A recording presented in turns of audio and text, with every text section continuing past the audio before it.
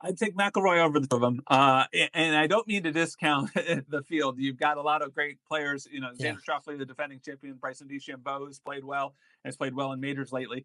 But I just think McIlroy, he plays so well at this golf course, and I do think.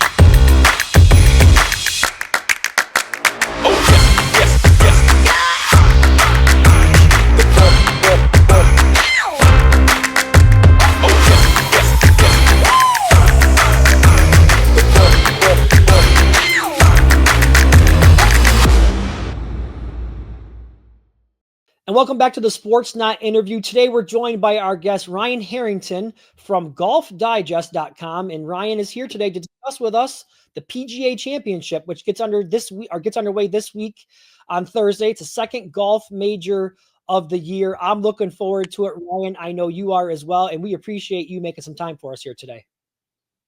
Hey, it's my pleasure being on. There's a lot of storylines that I want to get into, but we're going to start with storyline number one. That is Rory McIlroy, fresh off his win at the Masters, finally getting that 1,000, 2,000 pound gorilla off his back. So what I'm curious to ask you about is, now that, some of the pressure is off him. We know that he had the 10-year drought with a winless at a major. He was seeking that career Grand Slam. All of that is behind him now. Do you think it's possible that we could now see Rory go on a run here, maybe the remainder of this year, because he's had already a really good season? Could he go on a run here, win another major this year, and a couple more in the next couple of years? Yeah, no, definitely. I think you said it well when he's got that gorilla off his back. The pressure of winning a major again, the pressure of finishing off the career Grand Slam had to be, immense. And you saw it in the emotion that he let out when he won on the 18th green there at the Masters just a month ago. And so now I think he's freed up to go ahead and just play golf. And quite frankly, this year he's been playing the best golf perhaps of his entire career. So there's no reason to think that he can't build on that momentum, that he can't continue to execute and continue to perform. He's probably, like I said, playing as well as he has in his career. He now comes to a Quail Hollow golf course that he's won 4 times on in PGA Tour events and dominated in those events. 3 of the 4 were by 4 or more strokes. So you've got to think he has a great chance this week, just his familiarity with the golf course and his comfortability level with playing at this place. So, and then if you wanted to keep it moving, Oakmont, a very good golf course set up for him for the U.S. Open, and then Portrush at the Open Championship. Let's not get too carried away right yet, but at the same time, going into this week, you've got to think he's the favorite. Yeah, absolutely. And you talked about some of the success that he's had at Quail Hollow, winning 4 times previously. He also set the course record with a 61 back in 2015. So I would think he's definitely the favorite to win this week. I like to have these conversations sometimes with, like, my friends, the Mount Rushmore conversation, top 10 all time, top 15 kind of conversations in all sports. But, we're talking golf today. So, thinking about now what Rory has accomplished, the career Grand Slam, 5 majors, 29 wins on tour.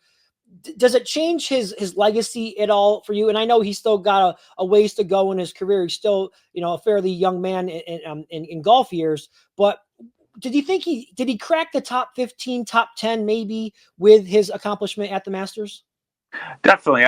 You can make an argument of what exactly does the career Grand Slam say about a legacy, and there will some argue, obviously Arnold Palmer hasn't done it, Tom Watson hasn't done it. They're all-time, greats, if you will. So does that qualify him just to get into the top 10? And I don't think necessarily just doing the career Grand Slam, but winning the Masters now showing that he can win at all 4 of those places, I do think changes the way we look at him. I was talking about it with a colleague of mine too. It kind of reminds me a little bit of Joy when he went ahead and had all these attempts at winning the Super Bowl and whatnot, and then he finally did it, and that changed, I think, the perception of him as a winner out there. Nobody questioned whether Rory McIlroy was a winner, but to put him into that echelon with Jack Nicklaus, Tiger Woods, Arnold Palmer, Ben Hogan, those kind of people, to be able to do that, he was going to need to crack that barrier and win the Masters. So I think, I think it does change the perception of what we see in terms of his career by being able to go ahead and finally accomplish that last feat. Yeah, and at the age of 36, still plenty of time left to add to that legacy. Now, I think storyline number 2 this week has to be Jordan Spieth, who, we talked about Rory and the drought that he had winless at majors for 10 years. Spieth hasn't won a major since 2017, so he's also in a bit of a drought here. He actually has not won on tour since 2022, so he's definitely due for a win, and he's next in line here, also searching for that career Grand Slam. So he hasn't played that well this year, but what do you make of Spieth's chances this weekend at Quail Hollow?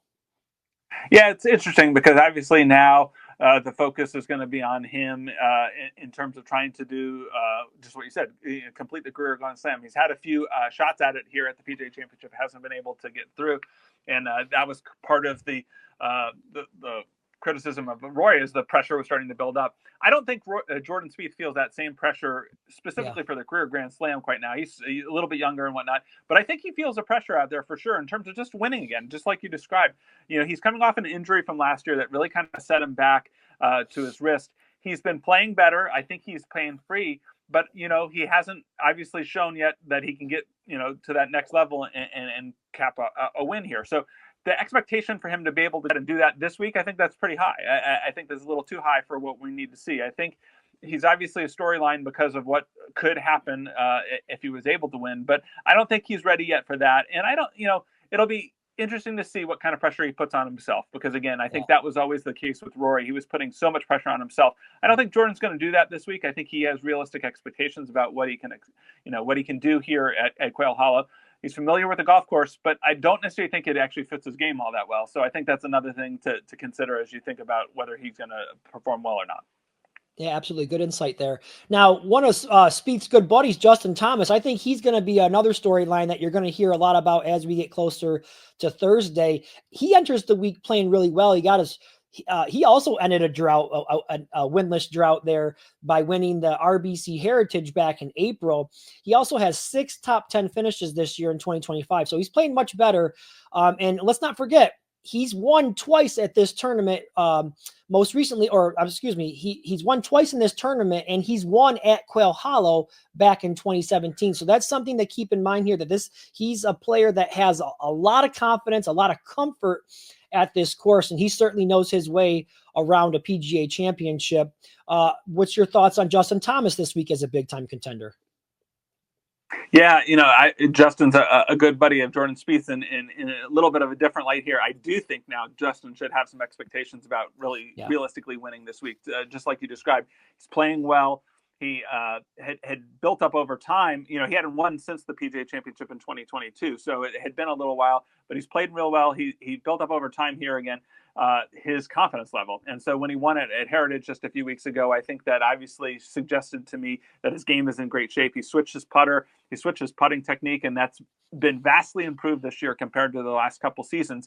And that's going to be important this week. Obviously, it's a golf course that he's had success at, so that's a great confidence booster. But to have your short game and your putting working for you, I think, is even more important at this point in time. So I definitely would consider him among the handful of contenders. It's among the great storylines that we've got heading into this week.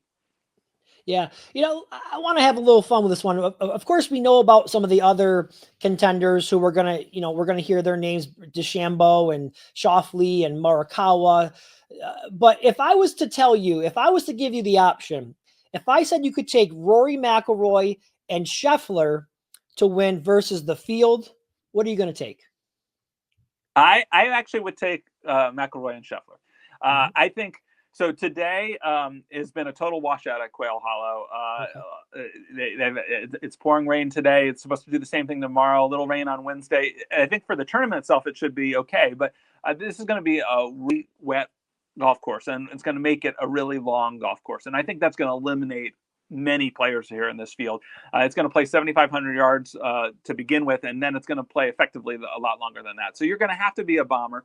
McIlroy fits that bill. Scheffler isn't necessarily a bomber, but he's such a good ball striker, and he's shown obviously that his form is still top notch. He's only won once this year, and everyone was talking about how he's falling behind. He's having a bad year. Well, when you compare it to a 9-win season last year, you're never going to be able to really necessarily top that. So I think his game is still in great shape. those two guys have so much confidence right now at this point in time that, I'd be willing to take the two. If you tossed in even John Rahm, I would definitely take that. But at the same time, I think those two guys are playing exceptionally, and they're on a short list of people that I think that can win this week. And like I said, because of the way the conditions are going to be at the golf course, I think it makes it even more likely that somebody like a favorite is going to pull it out this week. Yeah. The problem with Scheffler is he set the bar so high for himself with that unbelievable year that he had last year. Now, only winning once this year, people are starting to doubt him. And I want to ask you a little bit more about Scheffler. And maybe I'm being a little critical here as well, because again, we saw how good he was last year. We know he has the 2 major wins at Augusta National at the Masters. Is it time we see him start having a little bit more success at some of these other major tournaments before we can really start, putting his name? I know he's only 28, but before we can really start talking about him as potentially being, a great all-time golfer. I know he's got a lot of time left in the career, but speaking where he is right now.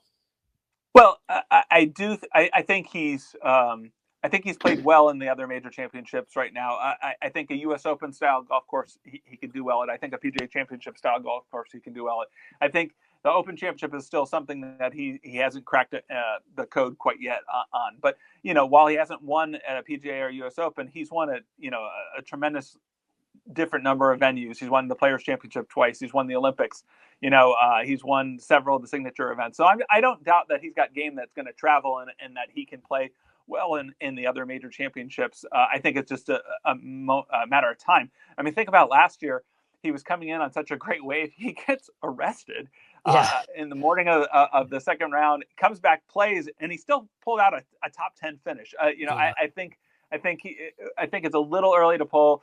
To start questioning, will he win other major championships? I think he's got a lot of game to do that, and I wouldn't be surprised again if this week he pulls off one of those.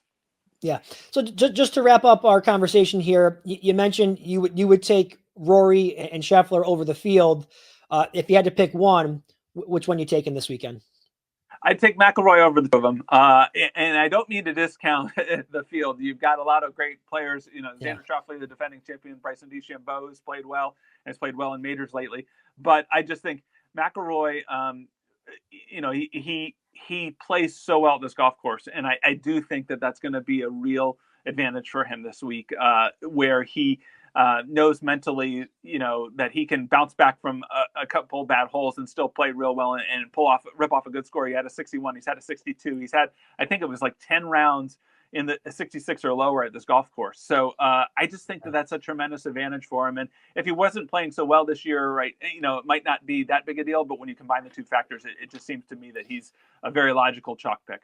Yeah, anybody who's ever played the game of golf before can certainly attest to the fact that having comfort and being familiar with the course certainly helps. And McIlroy definitely has that going into the Quail Hollow this weekend. So I like him as well. Ryan Harrington, everyone from Golf Digest. We appreciate your time today, Ryan, and we hope you enjoy the tournament this weekend. It's my pleasure. Thanks so much.